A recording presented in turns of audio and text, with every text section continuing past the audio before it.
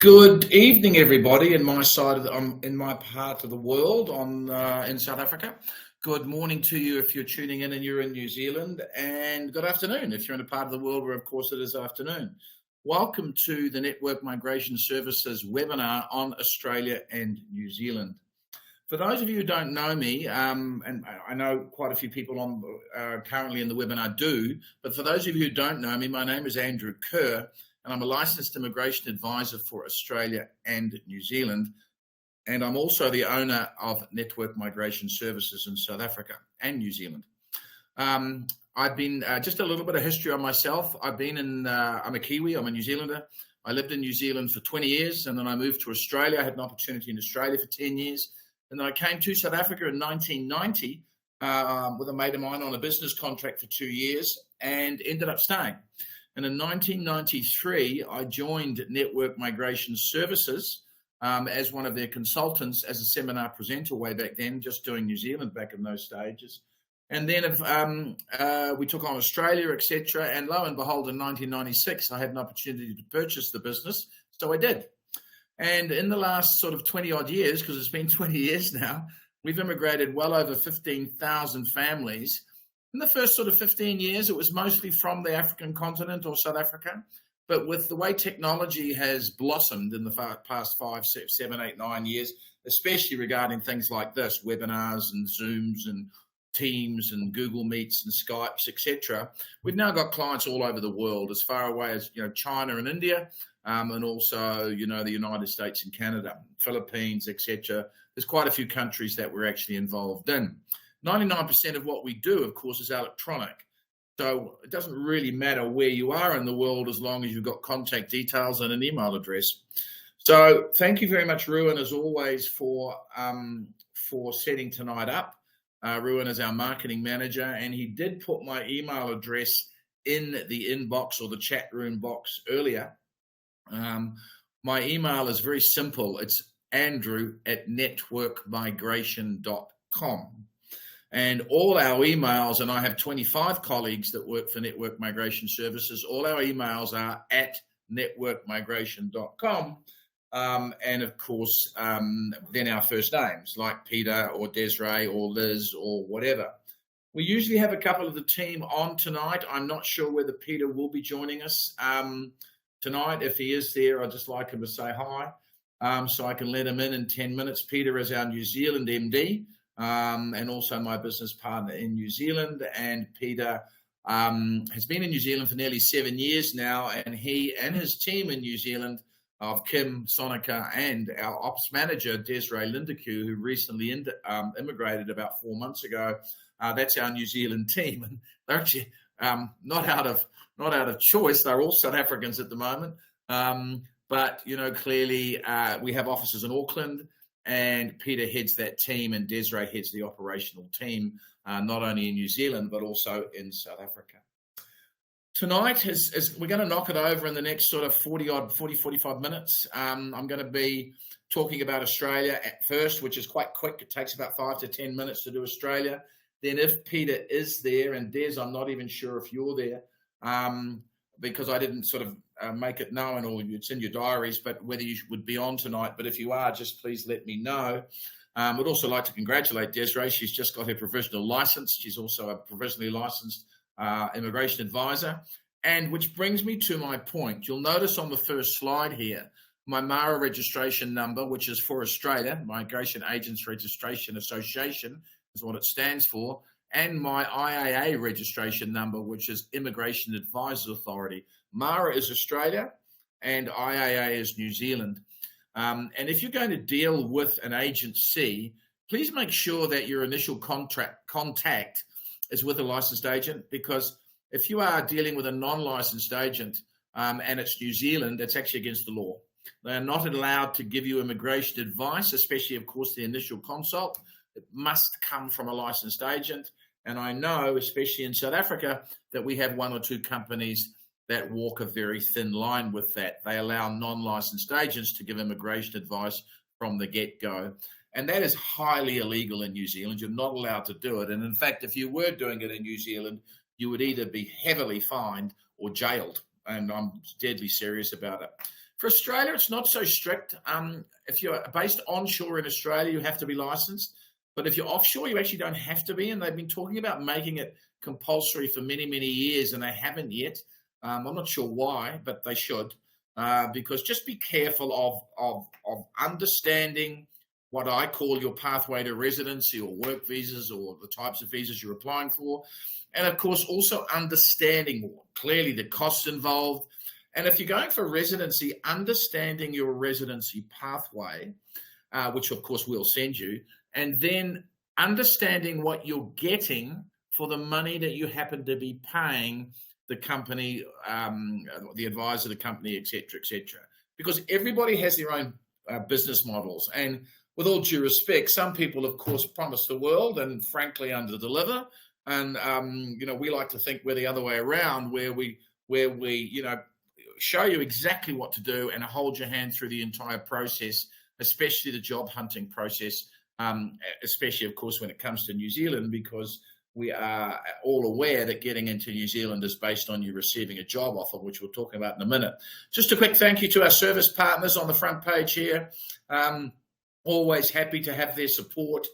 We've been doing this for 30 years, so whether you want to sell a home or buy a home or shift funds or open bank accounts or sit English tests or move furniture or, move pets or whatever, then we are a one-stop shop. We have service providers that work within our agencies, and we refer you to our service providers at no charge. We do this for free. The service providers, of course, then will help you with the services that they offer. You'll notice I'm also a member of the New Zealand Association for Migration and Investment and also the Migration Institute of Australia. These are bodies that are designed to help agents and, of course, the general public with, of course, understanding the complicated and expensive process of migration. If you do want to be assessed, it's free. So the initial assessments, frankly, until you decided to officially engage our services, all of the information that I'm happy to give you is free. We don't hold anything back. I mean, everything that we're telling you is available on websites, etc. So what we do is we simplify it for you and try and make it very understandable for you as the general public. I mean, clearly myself and my colleagues have been doing this for a long time. So, we might talk about an EOI or, Skills Select or whatever and know what we're talking about, whereas you guys don't. So we will clearly explain that, not only, of course, in the pathways we send you, and what we send you straight up is your pathway to residency or work visa or student visa or parent visa or whatever you're asking about. Then, of course, we attach and in the first document I send you are all the government fees always. So just take clear that in the first document, of course, are all fees that if you're going to pay anyway, whether you're using an agent or not. And our second document is always our quote. We quote you for the services that we're putting in the first document. And then the third document is an assessment form. If you're going to hire us, you fill that in. And then the fourth document I attach to your general mails is just a how we work email on response times, et cetera, et cetera. If you want to be assessed, send me your situation by way of email. Don't WhatsApp me. I do not use WhatsApp for business at all. I need it tracked and I need to allocate it in a lot of time. So please use email, andrew@networkmigration.com. And if you want to be assessed, just email me your CVs. Simple as that. I don't even care what they look like. They're not going anywhere at the moment, ladies and gentlemen. They're coming to me. All right. So I need to know basic things, though, on your CVs. And a lot of modern CVs don't have your ages on them or your family structures. And I need to know that.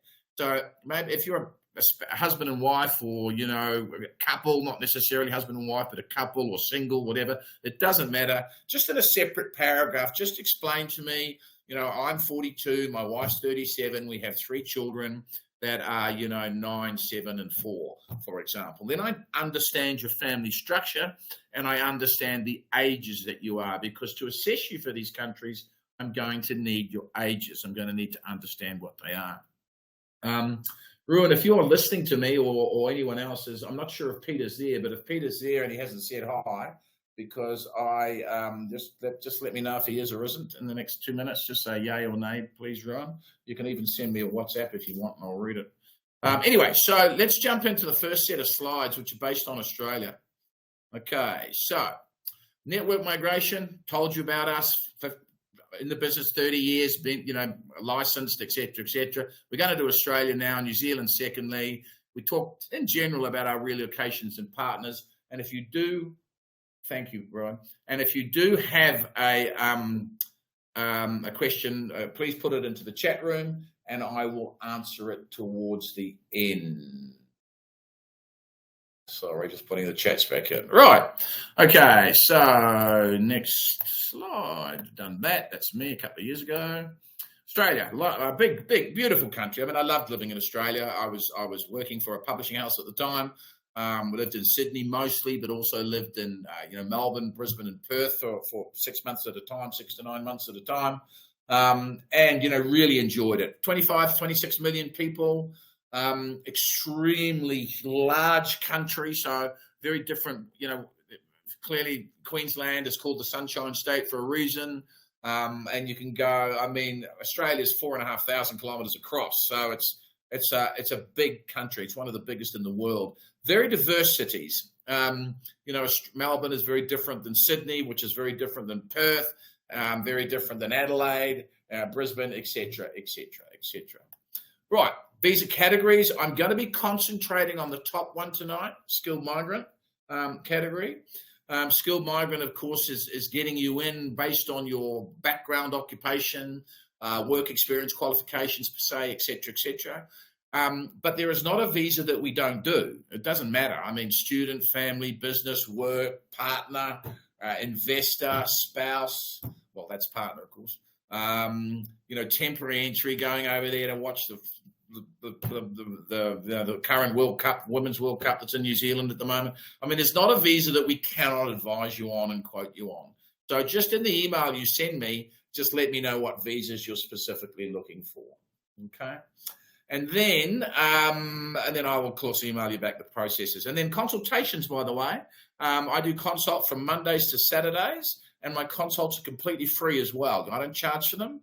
So if you want to consult either face-to-face, if you're in Johannesburg, of course, or Zoom, Skype, Teams, or Google Meet, we can arrange it. I send you a couple of times, or you send me a couple of times that suit you, and I can slot you into the diary. I want you to take screenshots of what I'm going to be sending you, or especially these pages, ladies and gentlemen. Screenshots of the points test under the skilled migrant category for Australia.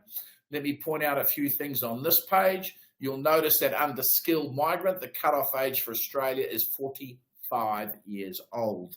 So if you are already 45 years old, then you cannot do an application under skilled migrant to Australia. Points for English, you'll get competent, professional, superior. There are the points.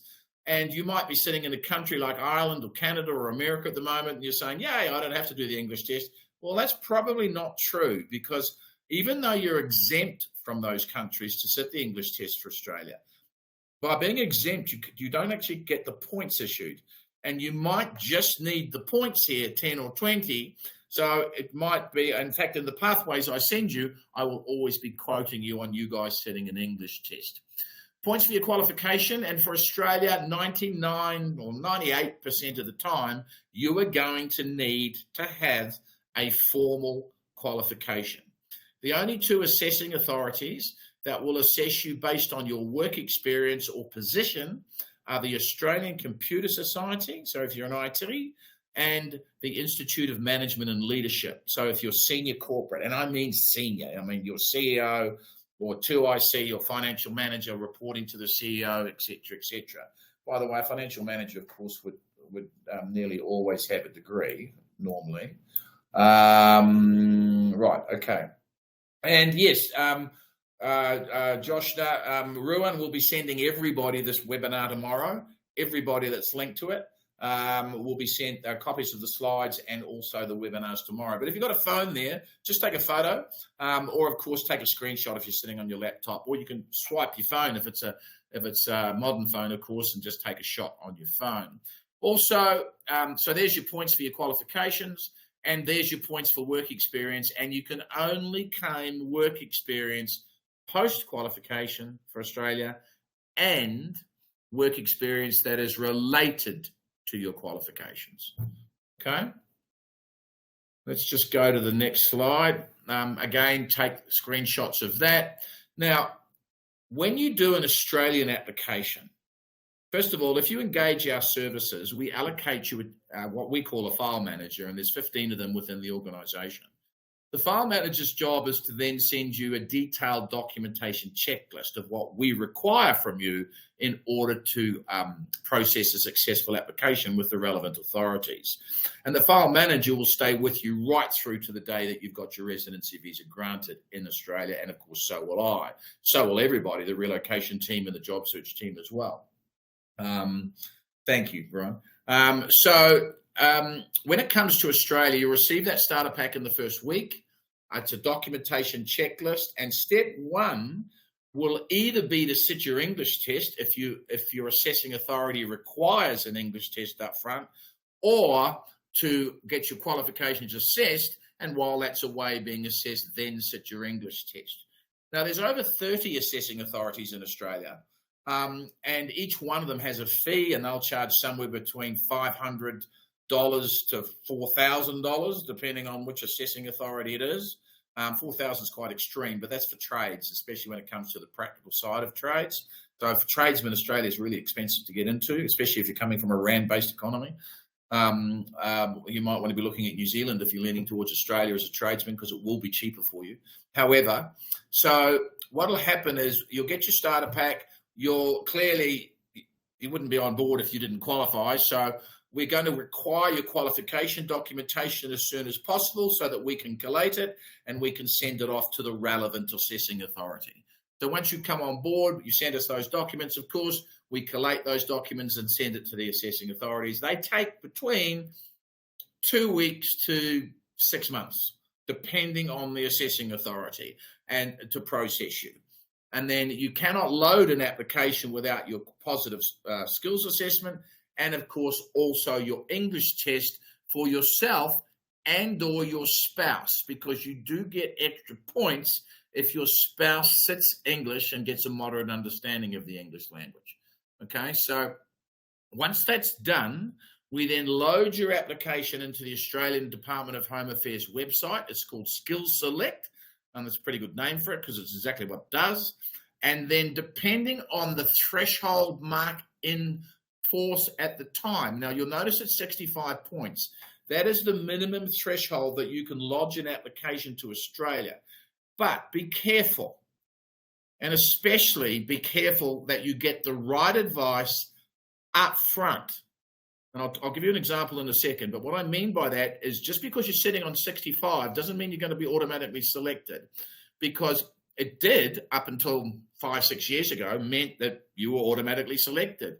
But then Australia started to get a little smarter, whether that's the correct terminology or not, with the way that they select their candidates. And each occupation has its own selection criteria, i.e. points. So, for example, a diesel mechanic last selection was selected on 65 points, an accountant was selected on 85. So be careful here. You might, so what happens is there are 3 types of visas that you can apply for. The 189 visa, which is what I call the blue chip visa, live where you want, do what you want. The 190 visa, which is state nominated, where you get 5 bonus points and you sign a declaration that says you're happy to live and work in the sponsoring state for a period of 2 years. They are both still residency upfront. And then you've got the new visa that came out in November 2019, just before COVID, called a 491, either sponsored by the state or sponsored by a family on a 491. Don't use a family to sponsor you. The processing time is 8, 9, 10 years to use a family to sponsor you. So even if you have a family member that's eligible, I wouldn't use them to sponsor you. I'd be using the states, and the states can sponsor you on a 491. It's issued to you for 5 years. You still get free schooling and healthcare on this visa. However, for 3 consecutive years in Australia, you must earn $70,000 a year as the main applicant. If you don't, your visa will be gone after 5 years. But for those 3 years, you also cannot live or work in Sydney, Brisbane, or Melbourne.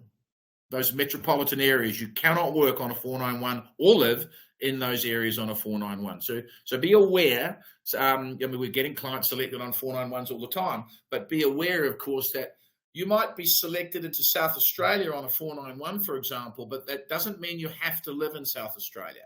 You can live anywhere which is zoned by a regional postcode. And that's pretty much anywhere except Sydney, Brisbane, and Melbourne. Okay? Now, healthcare workers and teachers for Australia are now being processed virtually immediately. So your assessing authorities and the healthcare and teaching side have been told by federal government to assess candidates a lot faster than they used to. For example, teaching council used to take 8 to 12 weeks. It now takes about a week, maybe 2, for your assessments to come back positive. And then if you're a healthcare worker or you are a teacher, we load the application, the system will select you straight away because it's been instructed to or geared to. And once you're selected, then you're sent an official invitation to apply for residency. And then you pay them their processing fees, which are individual, they're not per family, unfortunately, they're quite expensive. And once you pay them the processing fees, if you're a teacher or a healthcare worker, you're going to be processed in a month, maybe 2 max. If you're any other occupation and you're selected from the pooling system, and by the way, you can stay in that pool for 2 years. If you're not selected, you can literally stay in that pool for 2 years. And once you're selected on any other occupation, you receive your ITA or your invitation to apply, and then you submit or upload all of the relevant documentations that support your skilled migrant application, and the process takes around about 6 months. So if you're lucky, 3, worst case 9, so let's round it off at around about 6 months. Okay. So the Australian process, unless you're a teacher or a healthcare worker, is going to take about a year. So somewhere between 9 to 15 months for you to be successful with an application to Australia. Right, so that's Aussie. I'm going to leave it at that for Aussie. Please contact me if you're interested in Australia. If you want to be assessed for both countries, I'm very direct, by the way. If you don't qualify, I'm going to tell you straight up. There's no money involved here. So we're going to be telling you that you either qualify or you don't. And clearly, if you qualify, we're going to be quoting you on it, et cetera, et cetera. And then whether you decide to use us, another agent, or do it yourself is completely, of course, up to you. So I'm still not sure. Normally, I would invite Peter Lemmer in now. Peter's our New Zealand office manager. I'm not sure, Ruan, whether we had it in his diary. I mean, I didn't even think to remind him over the last 2 days. But Peter would be giving you a talk on our job search processes for New Zealand. But, I can certainly do that because clearly I'm not as geared up as Peter on them, but I know what we do in New Zealand. So I'm just going to play you something while I'm just waiting, play you the slide, and then either I'll talk or Peter will talk. So New Zealand, beautiful country, my home. My daughter's there now. She's 24. My son's going in another month or 2. He's 19. Again, every type of visa on the planet. There's nothing that we can or cannot do visa-wise for New Zealand. And some pretty major changes going on in New Zealand at the moment, which I'll talk about in a minute. So I just want you to listen to this, please. Where no New Zealanders are available for a job, employers can hire a skilled migrant worker using the Accredited Employer Work Visa, or AEWV. Before inviting a migrant to apply for an AEWV, employers must become accredited with Immigration New Zealand and complete a job check for the role they want to fill. This means migrant workers can have more confidence about the role they are coming to New Zealand for. To gain accreditation, an employer must be a genuine business in a good financial position and have no recent history of breaching employment or immigration law or business standards. The job check confirms that the job pays the market rate, and the terms and conditions of the contract comply with New Zealand's employment standards. Before applying for a job check, employers need to advertise most roles to prove there are no New Zealand citizens or residents available for the job. After an employer's job check has been approved, you will be sent an email containing a link and a job check token. This means you can access the online portal and apply for your visa. The application process is all done online, where you will fill in your details and upload supporting documentation. Immigration New Zealand will check if you meet the requirements for the AEWV and that you have the skills and experience the employer is seeking. Once you are employed, your employer must provide you with information to help you settle into life in New Zealand and give you time to complete Employment New Zealand's online modules on employment rights while you are at work. The AEWV is designed to ensure only good employers can hire migrant workers and helps prevent migrant exploitation. More information about the AEWV is on our website. Cool. Have a look at that. Please take a screenshot of that. I'm not going to invite Peter on at the moment. I hope he's okay, but it's 6 o'clock in the morning in New Zealand, of course, so he never sleeps in. He's usually working. But anyway, so Peter would now, but I'd introduce Peter just for 5 minutes, just to talk to you about how the job search, the 4-pillar method of job training works. So take a screenshot of that. That's just a follow on from the little speech you just heard. And that was actually put out by Immigration New Zealand, about 9 months ago. But each organisation that clearly, I mean, when I say organisation, I mean immigration consultancies, have their own business models. So I'm not putting any other agency down at all when I say, please just check what you are paying for. In the last 2 weeks, I've had clients from 3 different agencies contact me that have paid their hard-earned money to other agencies and didn't really realise what they weren't getting for the money that they've paid. One particular agency didn't even add spouses to the application. It was just bloody ridiculous. I couldn't understand it, frankly, and wouldn't even respond to emails. But mostly you'll get, especially there's 1 or 2 here, that are very much renowned for making promises that they shouldn't be making, i.e. I promise to get you a job, I promise that you'll be in this position and blah, blah, blah, blah. And then, of course, once you've paid them your hard-earned money, they don't do a disappearing act. I'm not suggesting that. But what you believe you were getting was not what you got. One thing that we decided to do about 7 years ago, in fact, when Peter immigrated to New Zealand, we decided to go into business together over there, and Peter's background is marketing, is management, senior management, MDs, company CEOs, etc. And we decided to concentrate heavily on the job search processes. Now, this particular slide is showing you what you need to be earning in New Zealand currently, based on occupational codes, which I'll talk about in a minute, to be eligible to apply for a work visa from an accredited employer's work visa application. So, before I move on to slides, our job search training is the best on the planet. I know it. I can prove it. We can prove it because since the borders opened in March last year in New Zealand, and you're going to say, well, no, they didn't. They actually did. They opened in March last year for anybody earning $84,000 and above. And all of a sudden, by the end of March, we had something like 20 or 27 job offers. And then by the end of April, we had something like 76. By the time the borders opened fully, which was August, the first last year, we'd done over 100 job offers from candidates of ours that had not travelled to New Zealand because they couldn't, okay, clearly. And we were very proud of that, and it just proved a point to the fact of all the hard work that the New Zealand team has put into the job search training and processes in the last 7 years is really paying off. You'll find a lot of our clients that once they start the job search sessions, which are normally done by Peter Kim Sonica, then a lot of it's also on video, so you can see it actually happening. And, please concentrate on it. It's essential to get into New Zealand for you to have a job offer. If you don't have one, you can't even start the process in the visa I'm talking about, of course, which is skilled migrant or work visas. And you can't get a skilled migrant application, of course. Well, actually, I was going to say something without a work visa, but you actually can on Green List Tier 1, so I'll shut up and talk about that in a minute.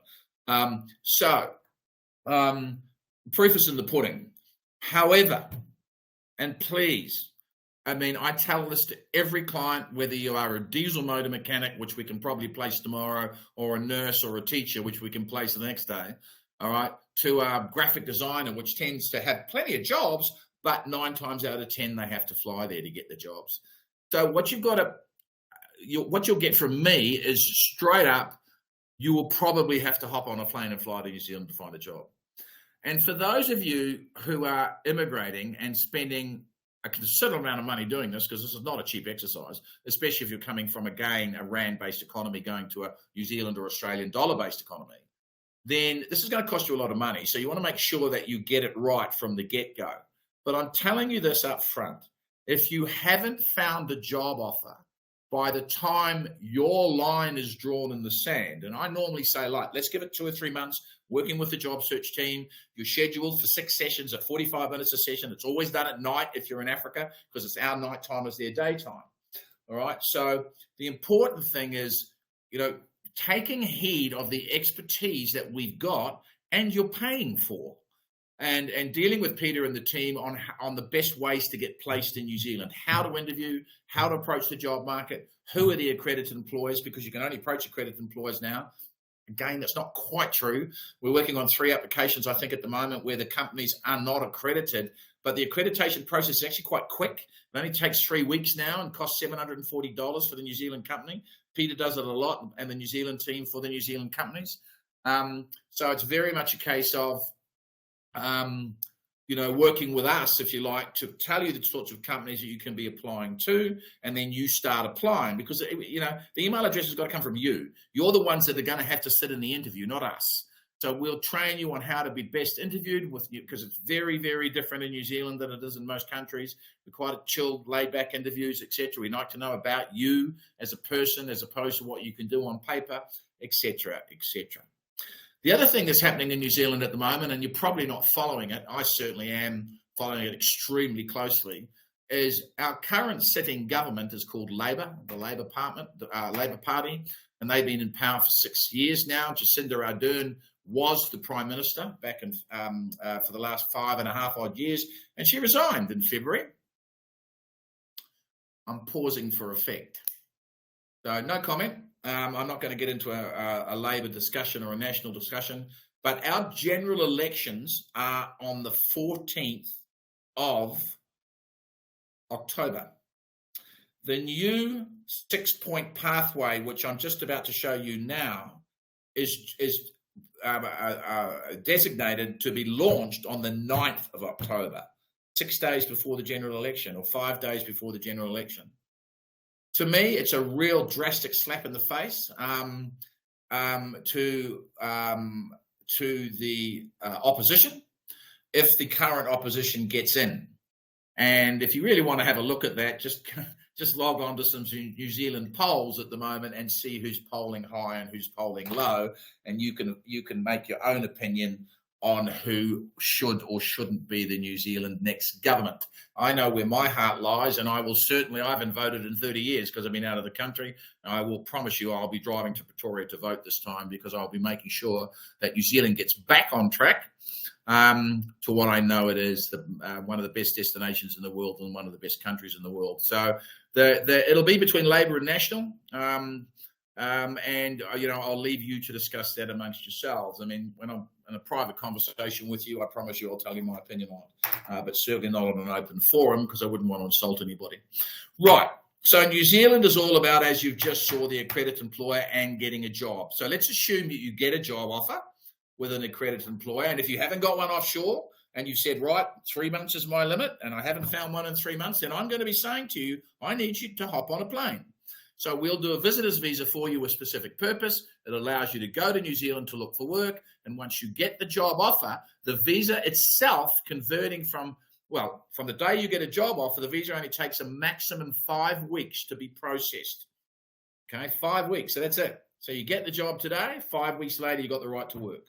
And whether you're in New Zealand or in your home country at the time, your start date will be between you and the employer. But if your occupational code is between a 1 and a 3, you must earn $29.66 an hour. If you don't, immigration will not grant you the visa. That's only $61,000 or $62,000 a year. Most professional occupations will be well above that. But for example, you might be a hairdresser. A hairdresser is going to earn about 63, 64, etc., because of course they get commissions on top of that, etc., etc. ANSCO stands for the Australian New Zealand Standard Classification of Your Occupation. So clearly it's for both countries, and you need to have an ANSCO. I mean, there's thousands of them, 15,000 ANSCOs, because of course there's 15,000 odd occupations. So the bottom line really is, most of you will be between ANSCOs 1 to 3. ANSCO 4 or 5 tends to be lower qualification requirements for the job, and therefore New Zealand doesn't necessarily want you. So they're putting it high. They're saying 44, 49 an hour. If you've got an occupation that's an ANSCO 4 or 5 or greater, then you must be earning $92,500 a year. And with all due respect to a general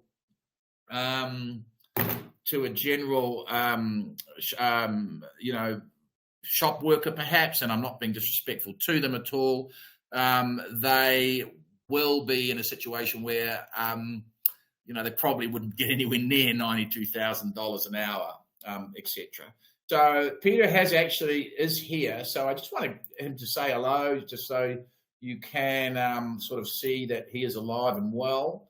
But I need to invite him first. So let me just do that.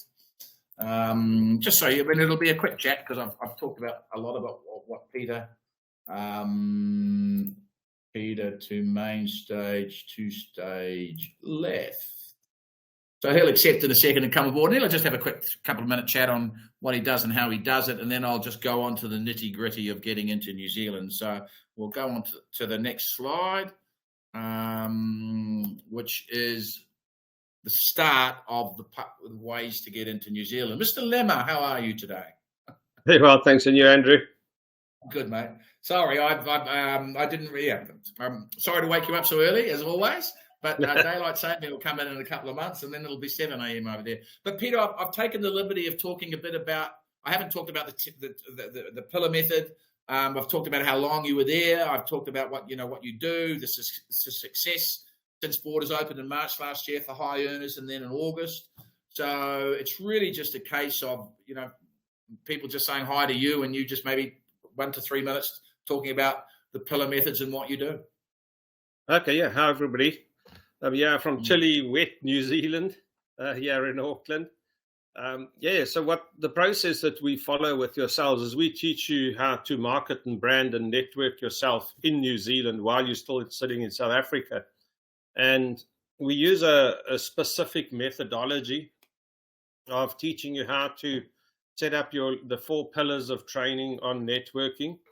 And we teach you initially pillar 1, how to set up your LinkedIn profile and how to have a very professional profile. Because New Zealand it's a business tool that they use every day. It's not a job search tool only, it's actually a business tool. And they network on it. And we teach you how to set up your professional profile. We then go through to teaching you how to connect with people in New Zealand at 5 different levels. And then we go through and we teach you how to start marketing and branding yourself. And then the 4th, I think one of the most important pillars is to teach you the interview and culture training of New Zealand, because the culture in New Zealand is totally different to what you're used to. And interview is also totally different to what you're used to. So we go through a whole sort of semi-mock interview process of teaching you how to answer the questions, how to get your value add across. Now, this process has been highly successful for clients of mine. Sometimes while I'm sitting training them, we can start connecting with people, and the people say, yeah, I'd love to chat to you. Others, you've got to build up the whole relationship and networking with people. So it's for everybody, just to start connecting, networking, and then setting up your own coffee meetings in New Zealand. If you can't get a job online, then you set up your own coffee meetings to, when you land on shore, you've already got meetings and coffee meetings or interviews even set up for yourself. We're the only immigration company who does this level of service. The amount of time that we spend. So we, the New Zealand team, will spend time at least about 5 hours of training that you physically get face-to-face, one-on-one, and video training as well. Because of all the load shedding in South Africa, I have so many cancellations that I've had to record all the videos. That actually works a lot better because you can then stop my video, go back to your LinkedIn profile, do what you have to do, then carry on with my video. Go back if you don't understand something I said, you can actually go back and record it. And I find the people who actually physically spend the time on the videos have a much greater success rate in or get quicker out the blocks in the whole process to get connected with people and network with people. So what we can also do is, if you're sort of hesitant about the whole process, we can also start off training you just on the job search training. And we charge you a fee for the job search training. And if you decide to take our visa services after that, we subtract that off the visa services fee. So you can either do it the whole process, which we start immediately with job search training, or you can just start with job search training, get some confidence in the process of moving to New Zealand. And then if you want the visa services off that, we can add that on afterwards, but then deduct the job search training fee. Thanks, Andrew. Yeah. Thanks, Peter. And just on that, ladies and gentlemen, on that, clearly if you hire us, it's the full package. You get the job search training anyway. But a lot of people are actually using Peter now because it just introduced them to the market. They start getting their confidence, and then once they get their confidence, it's pretty much all of them are then hiring us just to do their visa applications as well. But clearly, the job search guru is Mr. Lemmer. He's been around for many, many years and focusing on this and this only, so he's refining it all the time. Thanks, Peter. I'm assuming you've got a busy day ahead, so I will leave you to it. We'll chat in 12 hours. Okay, thanks, Andrew. All right, mate. Ciao. Okay, bye. I'll remove you, Peter. Hold on. P-E-T-E-R. Peter. Roll. Removed. Right. Cool. Right, guys. Right. So let's jump into it. You're now in New Zealand. You've got the job offer. Your visa will be granted to you for 5 years. Okay, it's currently 3 years, but as of the 9th of October, it's going to be 5 years. You still get free schooling and healthcare on that visa. You don't get free tertiary education. In fact, if your child is over 19, you need to talk to me because hopefully there'll be changes coming in October that will help that child get a work visa straight away. Currently, that's not the case, but I'm hoping those changes will come in. Anyway, so you're in New Zealand working, but most of you want to say, right, I need a residency pathway. How do I become a resident of New Zealand? Okay, so you've got Green List Tier 1 and you've got Green List Tier 2. Take a screenshot of this. It's been there for a while. These are all the occupations on Green List Tier 1. Green List Tier 1 means that the moment you get a job offer and it meets the requirements of Green List Tier 1, i.e. the job offer and your background, i.e. qualifications, etc., meet the requirements, then you can bypass the work visa. You don't need it, okay? Because a Green List Tier 1 application is what we call straight to residency, which is get the job offer today, we apply, you're processed for residency within a month. In fact, the last couple we did, they were processed in a week. All right, so you're bypassing the work visa, which means you're saving money on bypassing the work visa. However, you will need to sit English tests prior to, of course, lodging your residency application if you're 16 or 17 years old and over. And, of course, you will also need to have your qualifications assessed if they're not exempt from a qualification assessment. And if you're at a job which requires registration, of course, you will have needed to register as part and parcel of that. Now, if you're going on a work visa, most of the time you don't have to do that until you're there, except the registration. But if you're going Green List Tier 1, those things would need to be done up front before you submit the residency application. So keep that in mind. This is a list of Green List Tier 1 that were added. So please take this. You'll see a lot of, this was mostly healthcare. A lot of these were added, of course, very recently to Green List Tier 1 as well. So take and as I've said, residency within a month. Okay. Green list tier 2 occupations is what the old work to residence visa used to be called. So they are calling it still a work to residence, where remember you've got a 5-year valid visa.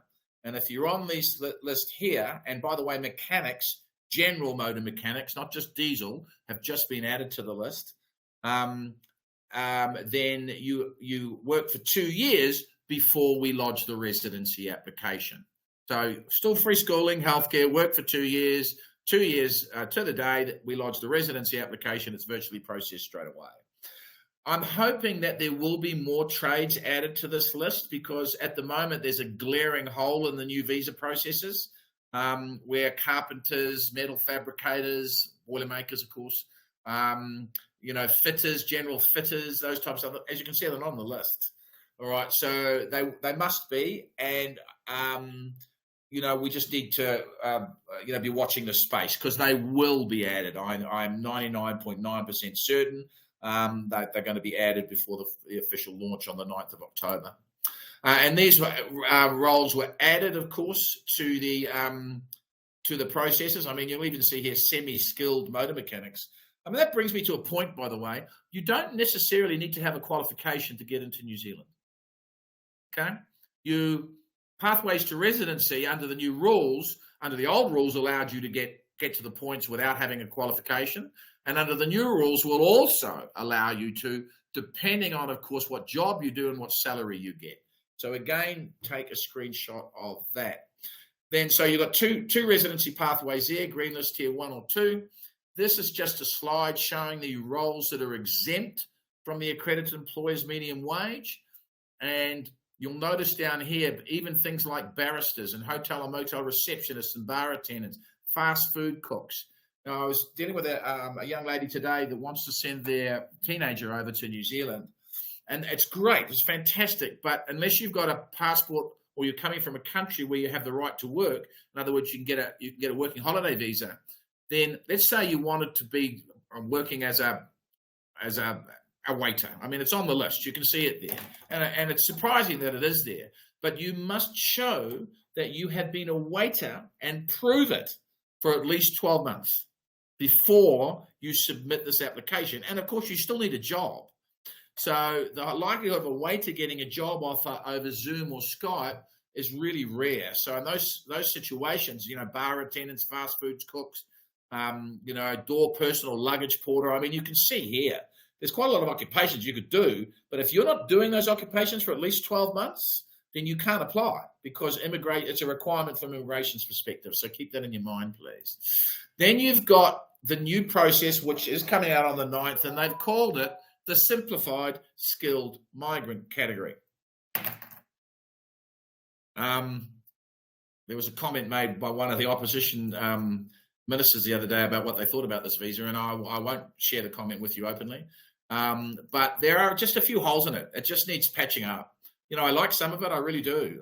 But some of it, it just needs patching up. It just needs some attention. And hopefully they will attend to that before the 9th of October, so that we have a full-on 100%, we know the way we're going to get your residency. So the other categories are a job where you're on a high income, a job which requires registration, standard qualification points test, and work experience. So let's just jump to that. There it is. From 27th of February 2023, there's your 29, there, going back. Why am I going forward? I should be going back. My apologies. $29.66 an hour on a general application, ANSCO code 1 to 3.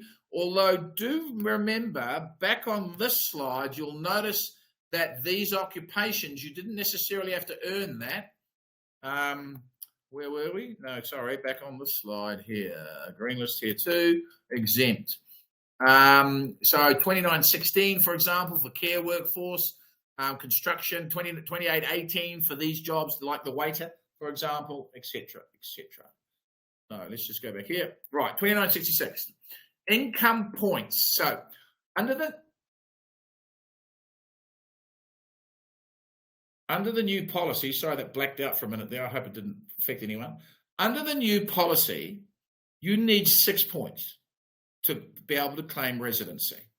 under the simplified skilled migrant category. You can gain points here by earning 3 times the median wage. You get 6 points. Remember, the median wage you're working on is $29.66. So clearly multiply that by 3, and if you get a job offer at whatever that is, and that would probably be about $140,000 a year or more dollars, then bang, work for a couple of months, lodge your residency application, because you've still got to work, but they haven't identified for how long. I mean, do you have to work for 1 day, or do you have to work for 3 months? We're assuming it'll be a couple of months, just to show that you're there and you've actually taken up your job. 2 times the median wage is 4 points, and 1.5 times the median wage, which a lot of you will get, because that's $44.49 an hour. That's about $92,000 a year, $93,000 a year. You get 3 points. Okay, so that's how you can gain some points. You'll also get points for your qualification if you have one. Right? If you don't have one, it doesn't mean you can't go. You still need the job offer. You still need the salary levels. If you haven't got a qualification, you just got to meet the requirements. So, for example, a motor mechanic, he might not be trade tested. Well, that doesn't matter as long as he's got 3 years experience, or she, 3 years experience. Whereas a graphic designer, for example, it's a degree level, so they might not have a degree, but they might have more than 5 years experience. So if you've got experience and you want to go to Australia, forget it. But if you want to go to New Zealand, it'll still count. So send me the CVs if you can, all right? And then these are the points for your qualifications, etc. Then we move on to registration point. If your points for licensing, you'll either get 6, 5, 4, or 3. And these are all, again, just take quick screenshots. If you're in the medical field, clearly most of you will need some form of license, of course. They're, dietitians, medical doctors, of course, etc., etc., etc. Midwives, chiropractors, psychologists, educational psychologists, nurses, blah, blah. Nurses are in fairly massive demand, pretty much all over in the world. Paramedics, pharmacists, physios, all those type of stuff. We're doing a lot of this type of work at the moment for healthcare workers. And there's registered teachers, of course, vets, social workers, etc., etc. You've got another thing here, electricians, plumbers, they all need registration. So you get points for the registration. And then again, building, construction, engineering professionals, carpenter. Well, isn't it interesting? The carpentry license is on here, but they haven't got it on the other list. Hence a few holes in this. Again, a few more. But the main one I want to show you, chartered accountants, if you're registered, barristers, solicitors, licensed immigrations advisors, which we had a bit of a chuckle at. Engineers, of course, in the marine sector as well. And, of course, engineers are on Green List Tier 1 anyway. And there's your points for work experience. Please remind me to change this slide to back straight after the first one tomorrow, because it should be. So, in general, you're going to get a 5-year visa in general, unless you're on a short-term contract. In that 5 years, clearly, to get half your points is 3 years.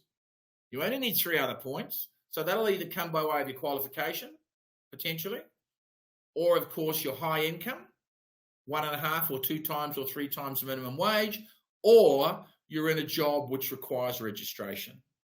Okay, so there's multiple ways for you to get residency depending on who you are, what you do, what you're qualified to do if you have a qualification, and, of course, how long you've been doing it, and how long you end up doing it in New Zealand. Now, that doesn't mean you can't change jobs in New Zealand. You might be the motor mechanic, for example, and you're being paid $35 an hour somewhere and somebody offers you $40 an hour. You'd want to change. You can change, but you wouldn't change if you're my client, until you told me, because I would do what we call the VOC for you, which is a variation of conditions. So the amount of work experience you glean from one company, you can take to the next company. If you want to. We call it a VOC, variation of conditions. They're not expensive to do. They're about $400 to do, and half of that's our cost. So we've got lots of clients in New Zealand changing jobs on a regular basis, so we do quite a lot of VOCs. And our provisionally licensed office manager and operations manager, Desiree Lindick, who's in New Zealand, she works with Peter out of the Auckland office. So we do have somebody in your time zone. If you're in New Zealand, of course, and you want information, you can always speak to Des, because she is legally able to assist you. Right. Relocation side, that's run by Rose Nightingale. Rose is actually my wife. and Rose is helps you with flights and furniture and meeting at airports and accommodation and CVs and well, Liz does that. Liz is one of our HR manager. And LinkedIn profiles and pets, and, it doesn't matter. We are quite literally the one-stop shop. And if we don't know what you're asking us, we'll find out what you're asking us, is what I'm trying to say. So I'm blessed with an outstanding group of people that work for this company. We've had some integral growth in the last sort of couple of years, and we're really proud of that. We've already got 3 of our advisors or a team enrolled to become LIAs through the next 3 years. It's a 3-year process, to become a licensed advisor. And the reason is it protects you as a consumer, because when you pay a licensed advisor, your money's held in trust. It sits in a trust account. And we can only draw those monies down when we actually achieve certain goals through your migration process. So I'm going to knock it off now, ladies and gentlemen. Please contact me. As I said, information's free. I'm really happy to talk to you. I'm very direct, be it telephone, Zoom, Skype, whatever, face-to-face. Send me those CVs. Send me the questions and queries that you've got, and let me see if I can assist you with the all-important information that you're going to require to migrate. And please do understand that I will never, ever suggest that you start this application process if you're not going to be successful. I take this matter, and so do my team, extremely seriously. This is your life we're mucking around with here. You're not buying a piece of furniture or a new car. This is your life and your future for yourself and or your family. And we take this as seriously as you do. So thank you very much for listening to me tonight. I hope you've been, gleaned some information that will help you in the future. But if something's not quite clear, just contact me. Send me those CVs, send me those questions, and I'll be honored to help you. And if you do engage our services, clearly we're going to be honored to assist you through the process and take the journey with you. And if you don't, even after you've consulted with me, I would wish you all the very, very best anyway. So stay safe, everybody. Thanks, Peter, for joining. Thanks, everybody. Thanks, Rowan. And we will chat soon, ladies and gentlemen. Thanks so much.